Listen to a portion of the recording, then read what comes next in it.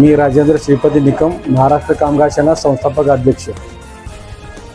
आणि शुक्रवारी इचलकरंजी सहाय्यक कामगार आयुक्त बैठे यांना इचलकरंजी व हातकणंगले व शिरोळ तालुक्यातील बांधकाम कामगारांचे पेंडिंग कामे ताबडतोब निकाली काढा, ऑनलाईन करा, नवीन नोंदणीची व रिन्युअलची ऑनलाईन कामे रजिस्टर कामगार संघटनेला देण्यात यावेत व शिरोळ व हातकणंगले तालुक्यातील बांधकाम कामगार भांडी संच व पेटी इचलकरंजी वाटप करावा व बांधकाम कामगारांचे सुप्रीम कोर्टाने व कामगार मंत्री सुरेश खाडीसाहेब यांनी जाहीर केलेल्याप्रमाणे दीपावली सानुग्रह अनुदान म्हणून 5,000 रुपये जाहीर केले होते, ते ताबडतोब देण्यात यावे या व इतर मागण्याचे निवेदन कामगार आयुक्त बैठे मॅडम यांना देण्यात आले।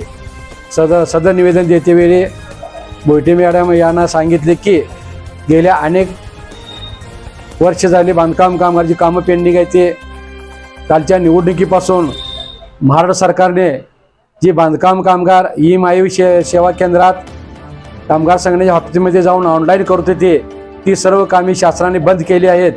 तरी ताबडतोब ज्या कामगार संघटना रजिस्ट्रेशन आहेत अशा कामगार संघटनेला प्राधान्य देऊन सदरचा पोर्टल चालू करण्यास ज्या कामगार संघटना रजिस्टर आहेत त्यांना देण्यात यावे अशा मागणी आम्ही महाराष्ट्र बांधकाम कामगार सेनेच्या वतीने देण्यात आलेली आहे।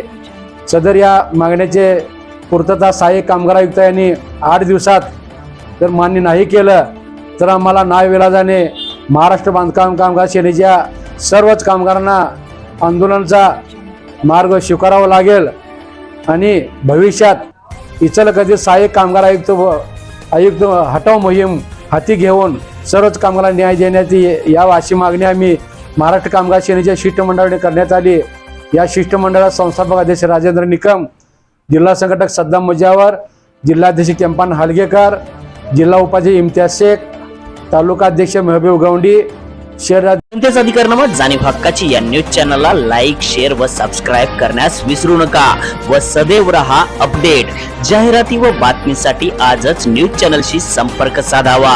80 87 820 897।